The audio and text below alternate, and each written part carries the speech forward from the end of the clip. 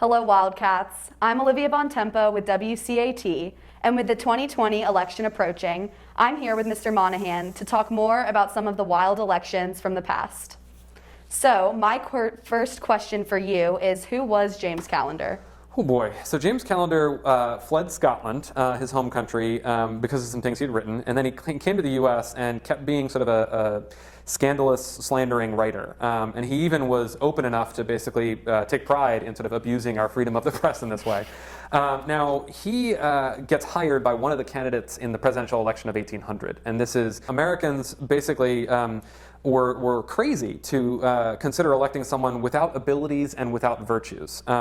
He accused Adams of being mentally deranged, of wanting to be king, of having a hideous hermaphroditical character with neither the force of a man nor the gentleness and sensibility of a woman.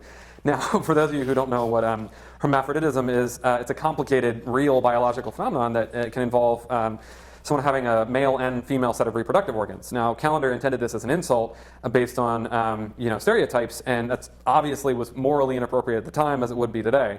Callender claims Adams wants to start a war, and when he was pressed to prove any of these things, basically Callender said, I don't have to, that these rumors exist, some rumors that he just made up, that was enough, that empowered him to talk about them like this. Wow, what was Jefferson's reaction to all of this? Well, since Jefferson hired him in secret and wanted it to stay that way, he was thrilled. He said, your writing will produce the best effects. So he loved it. Did anything else wild happen during this election? Yeah, I mean, beyond Callender, other people claimed things about Jefferson that seemed just as weird.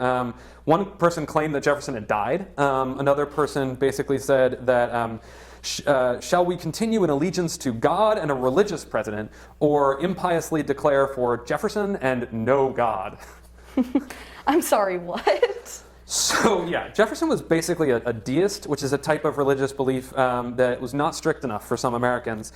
And so they sort of wildly were distorting that to claim that he believed in no God at all.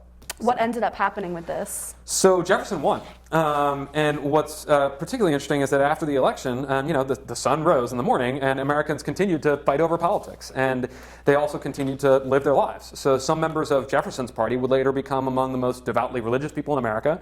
And others would expand democracy, and things change. And I think that's the point here, is that Americans sort of retained faith in themselves through such a weird election, and faith in each other that they could do better.